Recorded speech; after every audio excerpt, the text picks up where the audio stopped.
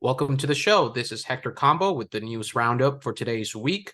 We are dealing with geopolitical affairs with the context of Tragedy and Hope, a magnificent book that, in my opinion, is the script of Western civilization. But in general, it's also the script that tells you, spoiler alert, there is an inner coterie of people or a select clique of individuals who manage the world's power, in essence, in a coordinated fashion for the benefit of the owners of this planet.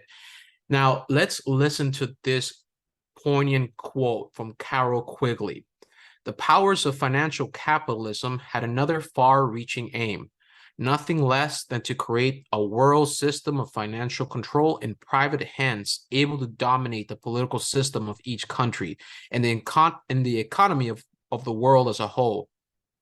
This system was to be controlled in a feudalistic fashion by the central banks of the world acting in concert by secret agreements arrived at in infrequent meetings and conferences. The apex of this system was to be the Bank for International Settlements in Basel, Switzerland, a private bank owned and controlled by the world's central banks, which were themselves private corporations. Each central bank sought to dominate its government by its ability to control treasury loans, to manipulate foreign exchange, to influence the level of economic activity in the country, and to influence cooperative politicians by subsequent economic rewards in the business world, aka bribery, private meetings. In other words, what we are seeing in the hyper-real media, the political saber rattling, the WrestleMania antics of people like Bolton and other cretins in the new American century, we have to unplug ourselves, detach from the left and the right, because there is an important, poignant aspect. And I say poignant because suddenly, if you're not paying attention, this comes to you as a surprise. But for those who've been looking beyond the spectrum of the left and the right and have been in this game for a while, we know that the facade is far-reaching, and it all really depends on when you want to bookmark the beginning of the end of freedom, the beginning of the end of society. Let's listen to this quote. The argument that two parties should represent opposed ideals and policies, one perhaps of the right and the other of the left, is a foolish idea, acceptable only to doctrinaire and academic thinkers. Instead, the two parties should be almost identical so that the American people can throw the rascals out, quote unquote, at any election without leading to any profound or extensive shifts in policy.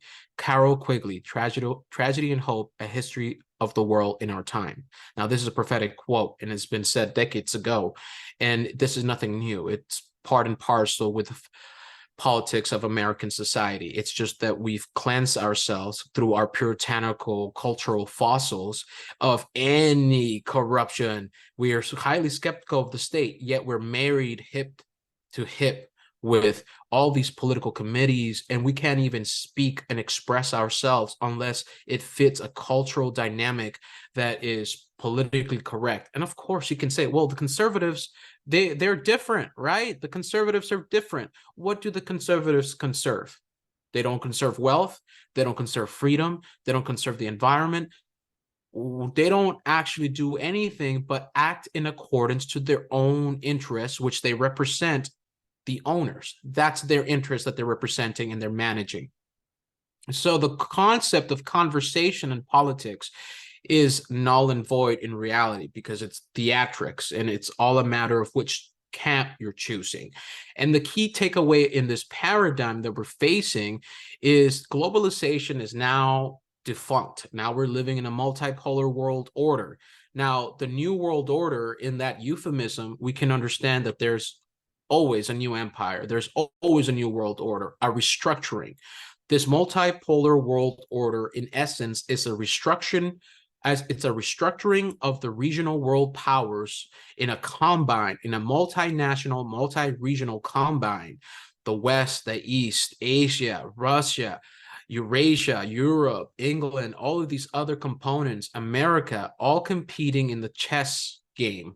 Meanwhile, the ones that are actually paying the price is you, me, my family, your family, and all throughout history, it has been the case of tragedy and hope, whether it's Germany, whether it's England, whether it's Russia, whatever country there is, where there's an established, entrenched, ruling oligarchy, a plutocracy that enables corruption through deception. How do they deceive us? How do they corrupt society? Well, they sell us a bunch of lies. The power of nightmares was sold to us in 1970s. And I've talked about this on my show and in my articles and in podcasts. I mentioned the idea of hyper normalization. The idea that what we're witnessing in radio, movies, cultural outlets of any kind are, in essence, they're prepared to create manufactured consent. And this is conspiracy fact 101. 101, the idea of Edward Bernays, the propagandization of a whole generation of Americans in order to accept consumerism, planned obsolescence, and in general, a command and control economy. It's so interesting when you listen to conservatives to lay the blame on cultural Marxism, lay the blame on all these other aspects. Meanwhile, their favorite icon and idol, Ronald Reagan and others, really perpetuated unconstitutional freedom abridging acts. And, well, I mean, I thought we were for freedom of assembly. I thought we were for freedom of religion, freedom of expression, freedom to bear your own arms, to create your own militia. Obviously, the whole political fiasco that has taught us this last 5 to 10 years, if you have anything that goes outside of the left or right, you will be severely punished. But the most important part of this political theatrics is the idea of interactive internet activities. It is a concept that I've spoken about, which entails, in a nutshell, automated manipulation in action. What does that really mean? Well, we're in a new paradigm. We're in a new environment. When we think about the First World War, we're thinking about a long distant bygone era that might not even relate to today. But in fact, it's basically the same thing. It parallels the great swelling of population, great swelling of wealth, and the innovation of technology, both in military applications and in commercial use. Photography, radio, all of those types of telecommunication elements really brought society in interconnected fashion.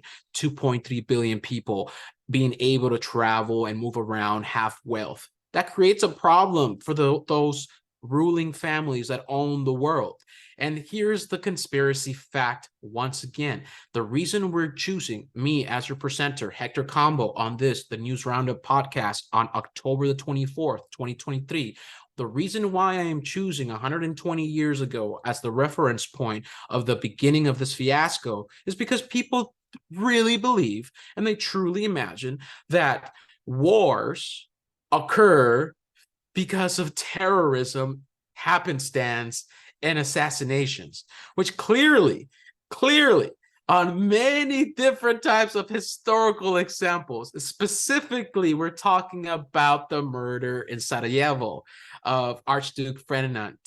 His death was not necessarily the only reason there was a massive world war. It was a necessary excuse. The groundwork had been laid for 20 to 30 years beforehand. The strategizing, the war gaming, the alliances, all of that was a consecutive paradigm shift managed and shifted by the very lapdogs of these ruling families. Now, we, as the masses, people, individuals in society, we looked at CNN, Fox, we might even look at Tucker Carlson and say to ourselves, I am upset, I am angry, I'm ready to go. And then we think, well, they're telling us the truth. We live in a post-truth world. It's not that the truth is not important. It is just, who is it relevant to? Well, they're presenting us half-truths in the political discussion of today. One side, like Tucker Tucker Carlson will be able to focus on the social upheaval, corruption, moral decay, political control. But let us not forget the many years of him decrying real, functional, necessary criticisms of 9/11 and many others. But that's neither here or there. Let's talk about presently. Presently, both the left and the right, whether they're alternative or mainstream, present facts, truths, in a way, a context that helps their side. So if we're looking on the right side of history, right, the winning side of these chosen ones, in the wake of the October 7th attack on Israel by Hamas, the U.S. ordered 2 carrier strike groups to the Eastern Mediterranean Sea, along with an amphibious ready group with a Marine Expeditionary Unit. Various Air Force fighters were also moved to the region, and another 2,000 troops are on a 24-hour prepare to deploy orders. Now, if you just look at this and say to yourself, well, Hamas attacked Israel, Hamas has kidnapped these innocent victims, and you just look at it face value, of course, that's an emotional reaction. Now, going back to the paradigm, this is the 21st century. 21st century information technological revolution that is exponentially arriving to a crescendo. The cyber domain is the most important aspect of military applications. It's the major new thing. Like in the First World War, with all the introduction of telecommunication and other aspects of military planning, now we have cyber domain. Now, why I'm mentioning the cyber domain while I'm talking about U.S. troops in the Middle East bracing for significant escalation of attacks, Israel and Hamas, because it's all interconnected with political intrigue. When we speak about Israel, let's just forsake the whole religious conversation. Let's put that out of the way and discuss it in the terms of real politics.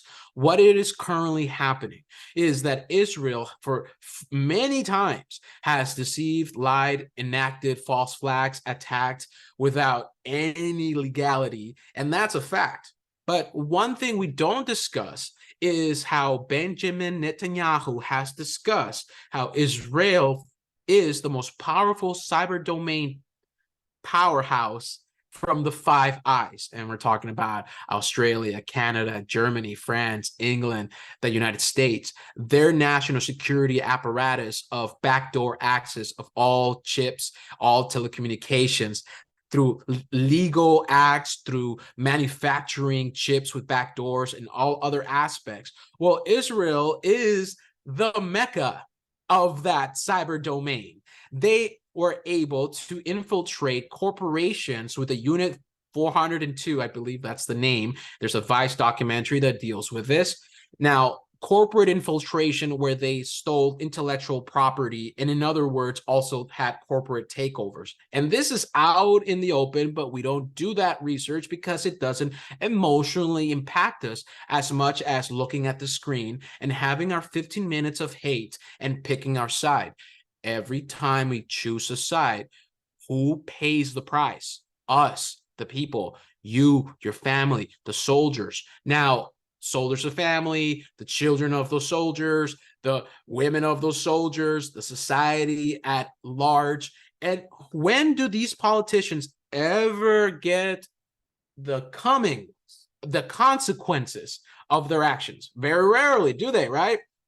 And we can remember some politicians being hung up in the streets, but those are rare cases. If we really discuss this in a real sense, what is happening is there's a WrestleMania match happening. We're all excited. There's an economic political crisis, a multipolar world restructuring in the middle of a massive disruptive force. Technology, science, information, medicine, all of that it's just highly disruptive, and we're losing touch with our humanity. Now, in the middle of this, it's so easy to participate in these conflicts because we're attached to this identity, the identity of being on the right, identity of being on the left, or just the identity of being right. And for those people who rush from the headlines to go tell everyone, World War is here, World War is here, sir, you are in real sense creating the hysteria that a gentleman like myself is trying to avoid. Now, look at me. I'm doing my part here by not choosing sides and going beyond these political hacks and just, come on, guys. The script is right here. It's right here. They do the same thing again and again, and it's ridiculous, but we fall for it because it's such a politically intriguing fiasco. And that's the one thing we need to debunk, the political intrigue. All of these interconnected people who have a vested interest in creating a crisis so that weapon manufacturing can go up, so that their stocks can go up, so their family could get a better mansion and all these other things. When we speak about capitalism, what do we really mean? Do we mean the free market for you and me? Or do we mean the defense of entrenched interests who are interconnected and married politically to all the facets of political authority and control? I love the free market. Really, I do. But if you think capitalism as it stands today and what it is today, you need to reassess what it is. Because if you think about China, well, they're a state capitalist society. They're not communist. Now, the idea of communism versus capitalism, that's 20th century spooks. That's those phantoms are still haunting us.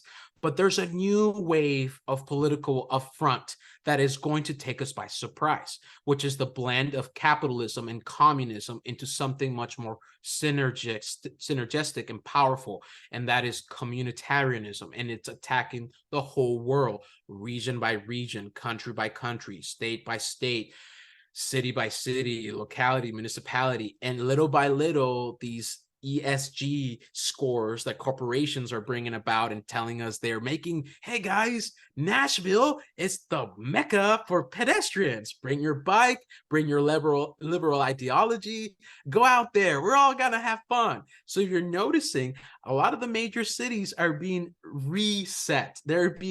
Their infrastructure is being revitalized to target a localized economy, or at least a tourist economy of people who are enjoying the gentrification of different areas. Get all those people out, bring in the trendies, put up the shops.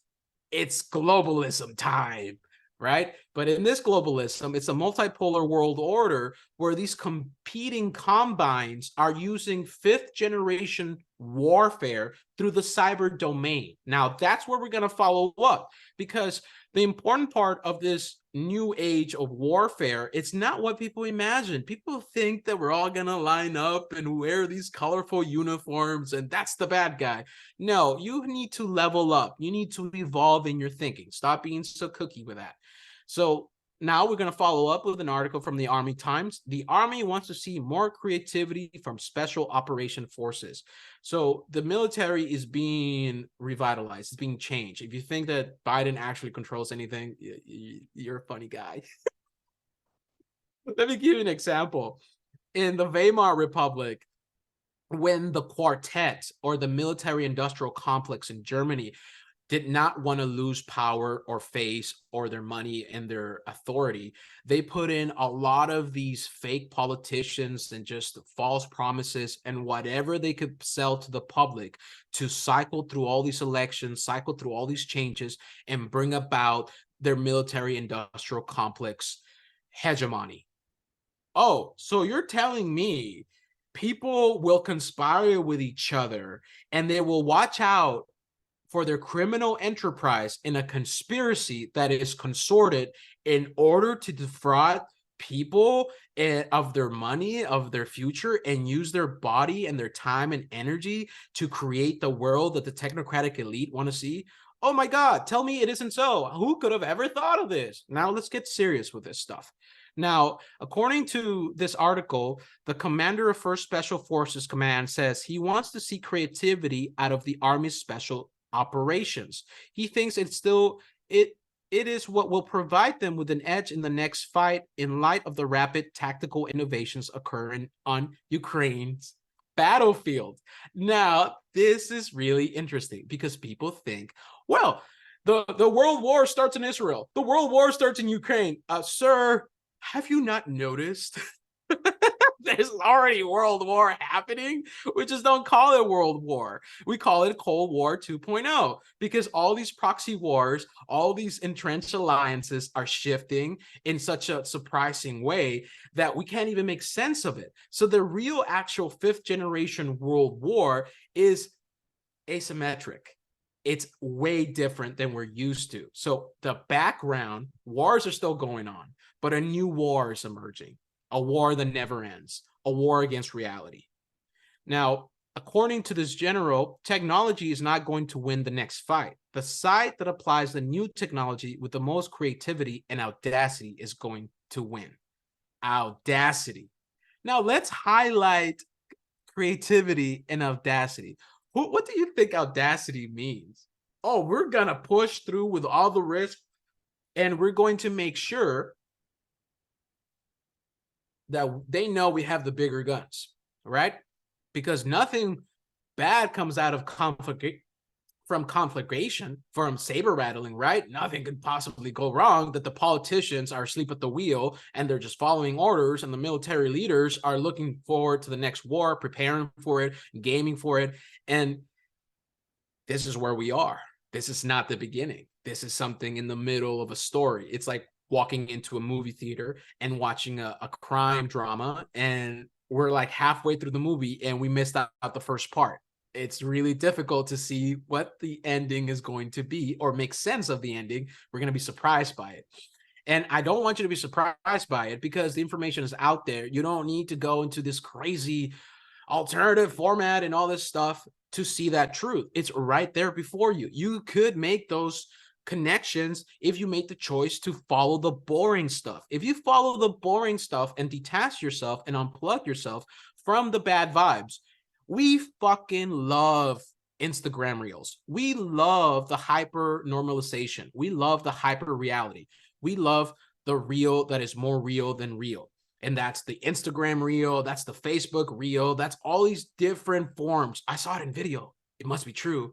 Artificial intelligence manipulation and all this other stuff. Cyber domain is a literal militarized network. If you think about how the internet started, it was a military application first and then a commercial application second.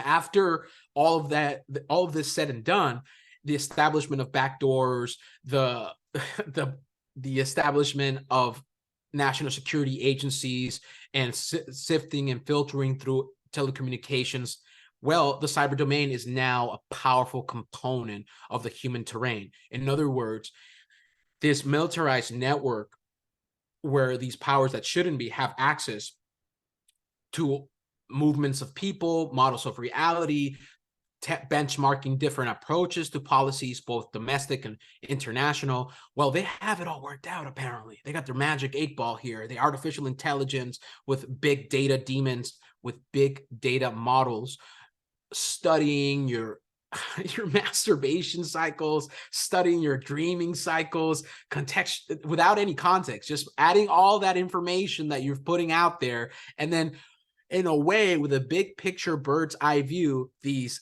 technocratic managers of the world start deciding how the agenda is going to be carried out. And there's an implicit pressure in this crisis.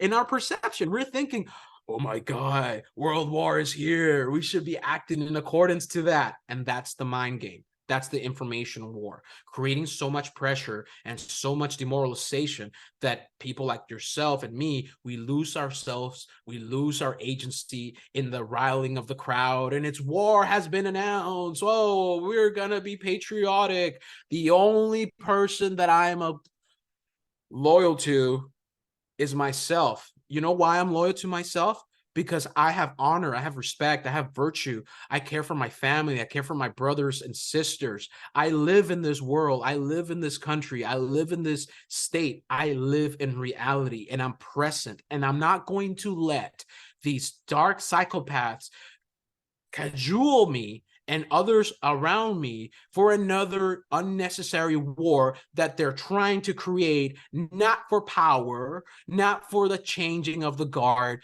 but because they want to recreate humanity and the new paradigm for the 21st information age.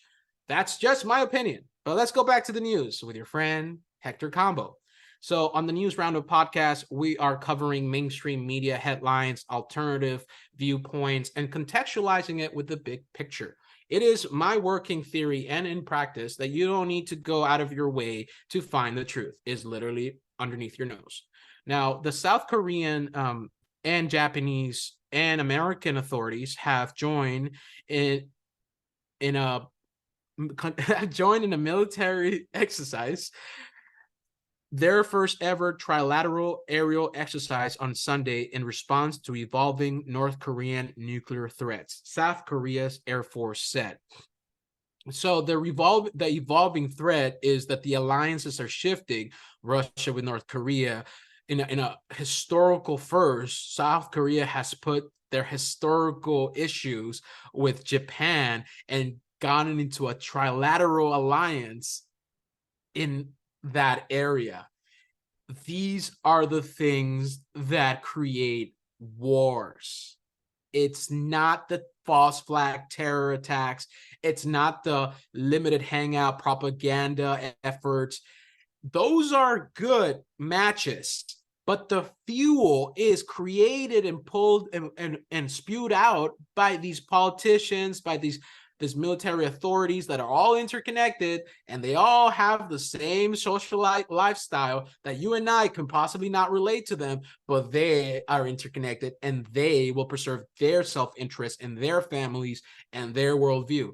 So in a historical first, South Korea and Japan and the United States have conducted first ever trilateral aerial exercise. And this is in the midst of also another exercise where they had an exercise in submarine warfare. And this is recent in the background of what is happening in the Middle East, what is happening in Eurasia, and this is happening in Asia Pacific. The U.S. South Korea conduct anti-submarine warfare exercise near Guam, targeted at China. Now, that's a big fucking deal because we keep saying in the narratives presented by our overlords in England and in other places, I wonder why there's more English presenters in American media. I'll leave that for later. Now, more than that, the chess pieces are being moved. Alliances are being secured. Movements of revitalization of military technology and strategies and applications are now being re-examined, which in other words, literally is the pre-dawning of a major world war. But like before in the First World War, where all of us thought, oh, it's going to be over by Christmas. This stuff, they're so powerful, they're so intelligent, they're stuff. They possibly couldn't just treat us like cattle and let us die in the no man's land for, I don't know, for the delight of the bankers' interest and money and all this stuff. No, they wouldn't do that, would they? Would they? No, they would. They would. And you better believe that they would. And that's the problem. We are here. We have not outgrown these real political Machiavellian malcontents. And so we need to be smarter, more sophisticated, and unplug from the cyber domain, because the cyber domain peppers our perception so that we can manufacture the consent. It manufactures the consent within us, but we're participating. And that is the interactive internet activities that I've written about several times. And the whole agenda is we, through biomimicry and social dynamics and other aspects of our psychology, our personal complexes, with these big data, with these big models that can they can bring about, what is this group about? What is this person about? How do we consensus frack each other? How can we divide and conquer them? They all have it all worked out in a scientific algorithmic model. This is true, and I've covered it and I put it in my articles. So the important part in all of this is the realization that the chess pieces are being moved, that in fact, there is no good guy, there is no bad guy. They're all interconnected. They're all benefited to their own interests. And overall, we're the ones playing as pawns in all this game. Do you really want to be doing that? Do you feel like a patriot when your fucking country doesn't even take care of your own veterans?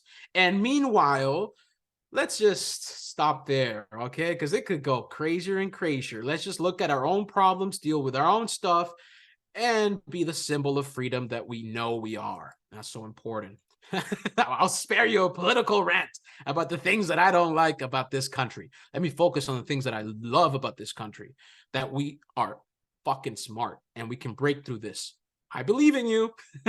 All right, let's follow up with this other major point that I had mentioned about the cyber domain. China may struggle in electromagnetic spectrum fighting, Pentagon says. So the People's Liberation Army of China had released their white memo or their white papers dealing with their military applications in electromagnetic spectrum. In this paper, China in this paper, the Defense Department has observed Chinese forces continuing to try to improve their cyber and electronic warfare arsenals, the U.S. official said, after criticism and observation of their deficiencies.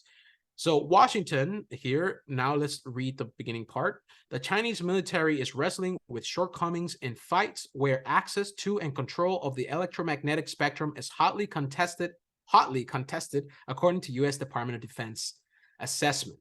Now, both the U.S. and the China fold electronic warfare into military exercises. It's called the cyber domain.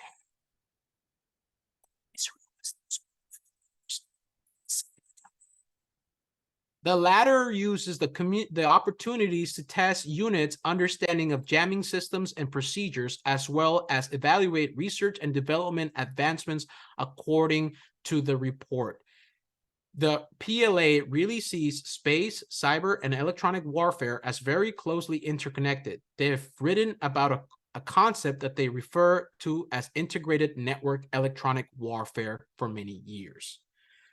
This type of integrated network electronic warfare has been ongoing for decades.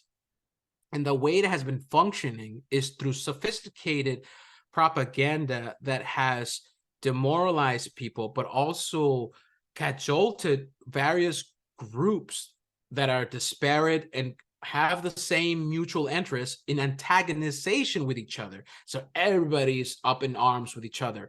2008, Occupy Wall Street was not about identity politics. It, in essence, because I participated and I was involved and I did the research and I reported on it, in essence, the nucleus was about economic reform, in assessing the problems that the bankers brought about through their TARP bill and many other issues where these bankers and their lapdog politicians through the Treasury and through the Federal Reserve passed on the risk, passed on the debt, passed on all the negative consequences of people like Jamie Dimon, high frequency trading, over leveraging, all these other manipulation of bonds and the currency. But hey, who gets the bill? It's the American taxpayer, because they will take it again and again and again and ask for seconds. Please wake up. Now, let's move on to the continuing saber rattling in the Asia Pacific. I'm focusing on the Asia Pacific because it's not so contentious at this moment, but it will be.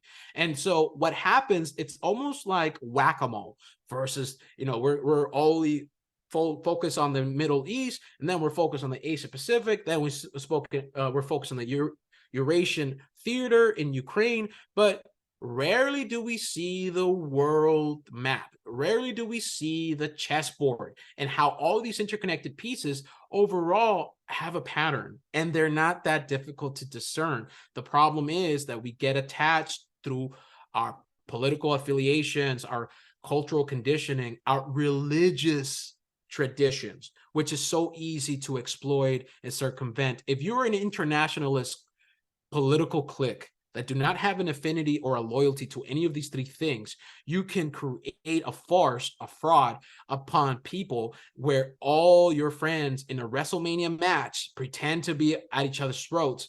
Meanwhile, they're all competing combines and cartels. Are you going to choose to participate in that? I wouldn't want to do it. So in the latest saber rattling, Chinese military jet intercepts Canadian forces plane in an aggressive manner. Let's take a look at this video.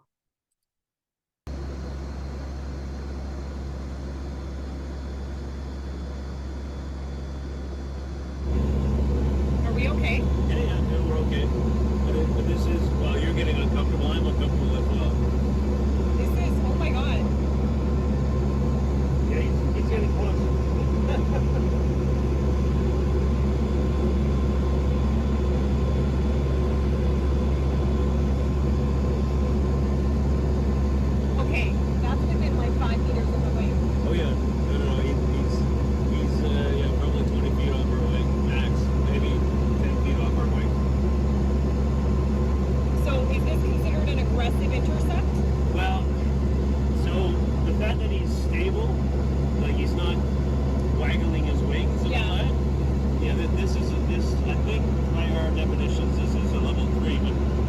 better definition.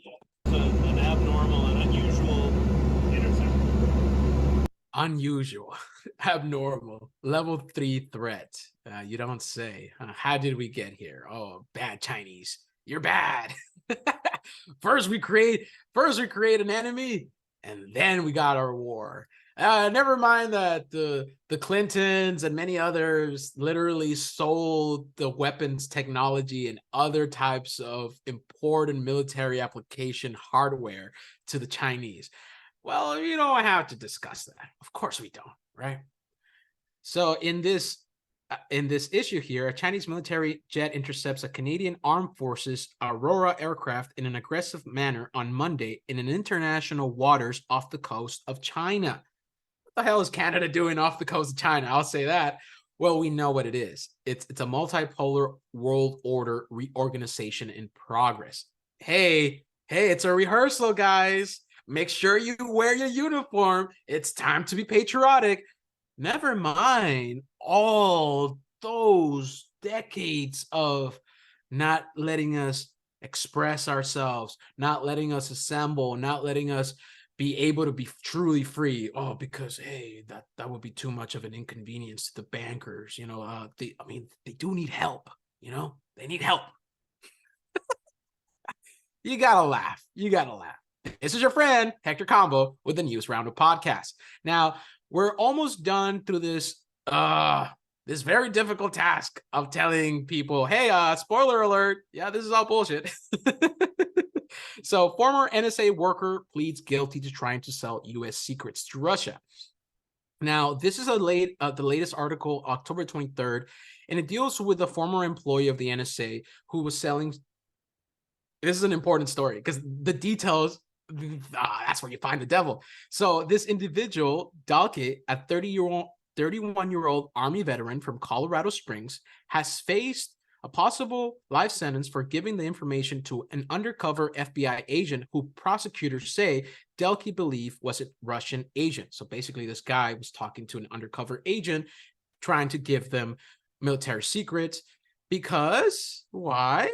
Well, apparently, according to the indictment, the information docs sought to give Russia included a threat assessment of the military offensive capabilities of a third unnamed country. It also includes descriptions of sensitive U.S. defense capabilities, some of which relates to the same foreign country. He allegedly told the undercover agent that he had $237,000 in debts, and that he decided to work with Russia because his heritage ties back to your country. Now, imagine that.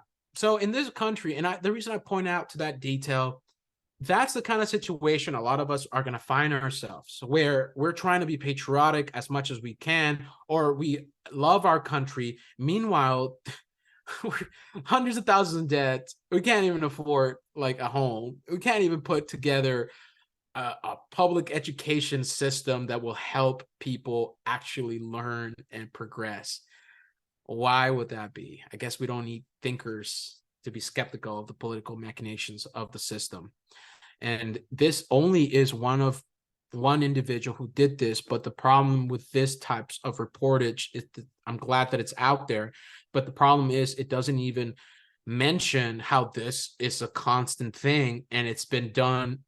There's so much conspiracy behind the conspiracy on how Israel got the nuclear bomb, how Israel got a lot of the stuff that they have today is not necessarily because they're super intelligent, but because they're highly adept in the cyber domain, dagger and cloak. Benjamin Netanyahu claims that they're the most powerful agent in the cyber domain. And we should be questioning when Israelis have dual citizenship from Israel and Russia. A lot of the engineers operating in the corporations in Silicon Valley in Israel have dual citizenship and are of Israeli, and they're also Jewish. Well, just thought you should know. Now, we're going to finalize this News Roundup podcast with this domestic issue because it rounds everything we're saying in such a succinct way, in my personal opinion. Judge rejects plea deal. Mary Moriarty offered to defendant in Minneapolis murder. So basically, this woman, Judge Mary Moriarty, announced a plea deal August 4 for 20-year-old Hussein Braveheart, who was, let me see over here, who was accused of enabling a murder. Let's see here. He was to be where we are. Brave one of the to one count of aiding and abetting second-degree intentional murder. In exchange, he was to serve up 1 year in the workhouse and 5 years of probation with a suspended prison sentence of 21 years, meaning he would have only served time in prison if he violated the terms of his probation. And this created an uproar with the family. We were surprised, said Susan Markey, Steve's sister, which is the victim who died from a carjacking. The family said they expect Braveheart's case to go to trial. And this is one in the first where judge rejects the plea deal from one of the prosecutors, one of the state prosecutors. Now that doesn't happen. Why I'm bringing this up is a lot of these class of people, these lapdog clients of the politicians, of the major movers and shakers. You can name drop a name like George Soros, which is some of these people are connected to George Soros. They are litigating from the bench. They're trying to change the constitutional framework and the social agreement through their own edicts, through their own executive actions, through their actions in the court. They get to decide who and what and why and how we're going to be dealing with crime. Never mind the Constitution, never mind, people who have an issue with letting go of murderers, rapists, and all these other types of malcontents that have been really, they've been created by our society. But let's not pretend that we're going to be able to rehabilitate them with, hugs and kisses, right? That's not going to happen. And in this woke, okay, now let's just give me a second here. We're looking. Okay. New York. Minneapolis woke DA draws criticism for taking things too far. And that's where we find ourselves now, where before you could at least make a case that some of these criminal types could be rehabilitated. But when there's a consistent level of criminality and the system is not doing anything meaningful to deal with the systemic issues, and we're talking about currency, we're talking about freedom, we're talking about the ability to have political autonomy and sovereignty in a real sense. No, we don't have that. So we are going to have to deal with the consequences of a centralized economy that is controlled by a technocratic elite that owes its allegiance to an international clique that has nothing to do with our culture, our freedom, and our economic prosperity. But we're dealing with the consequences at a society level. And the people like George Soros that have billions and millions of dollars to upturn elections and to manufacture consent and to bring these lapdogs into our forefront, well, really, they're attacking us from two different ways, internationally and domestically, legally and unconstitutionally. They'll find any way around your free will and your free choice to condition you, to pressure you, to coerce you to act in accordance to their overall agenda. And no, it doesn't need to be this elaborate plan. It could be the same human desire to control and preserve your own interests at the expense of the other. Cain and Abel, well, here, we're here today, right?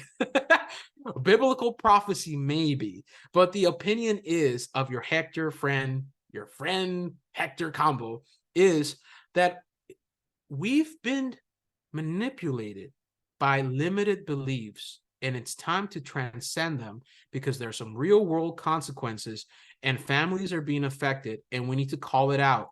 and we need to step outside of our comfort zones and get directly involved with our life and engage it in an authentic manner, have heart-to-heart connections, and create chapters of our own political functions and narrative in order to really create the plurality of thought that we're trying to see. The key word of today is conversation. We need to have difficult, tough conversations, because credence like this woke DA, Mary Moriarty, she likes to say that she's trying to have a tough conversation on crime and rehabilitation. Oh, it's so tough trying to challenge people's conditioned beliefs. Yeah, if you murder my daughter or you murder my family member, I want to see you in jail through an actual trial with due process, where evidence is here and people are presenting their eyewitness testimony and the families are respected, and we are actually following the law and we're actually establishing justice. But we're not going to do that. We're not going to do that. And it has nothing to do with feelings. It has nothing to do with facts. It has to do with people choosing to continue the corruption at an individual level, at a local level, at a city level, at a state level, and at a countrywide level. Because some of these people voted for this crap. But even then, the people who are trying to do something about it, what do? Name blame. They insulate themselves from their own shortcomings. Oh, no, it's the other side. It's the other side. Anyhow, that's today's News Roundup podcast with Hector Combo. Now, let me leave you with this inspiring thought. All of these things are phantoms that haunt our unconscious mind and power nightmares, which become reality. It is within us, the internal reality, if that's our domain, where we can break free, and being able to do so, even if it's just one person in our life, is revolutionary. But even more than that, it's in accordance to the zeitgeist, the spirit of freedom, the spirit of the American people, the spirit of the people of this world yearns to be free, yearns to be full of love, and that's our natural state. The deception, all of it is a conflagration of people's biases, attachments, unwillingness to change. And so we don't need to do that anymore. We're arriving at a level of consciousness that continues to complexify and challenge the status quo. Connect to that, baby. Connect to that headline. Hey, we got a guy over here who wants to spread love and awareness. Go get him, please. Take him to jail. I don't care what you bring about in this material world, because I'm always free and full of love. And with that, that's the show. Have a good day.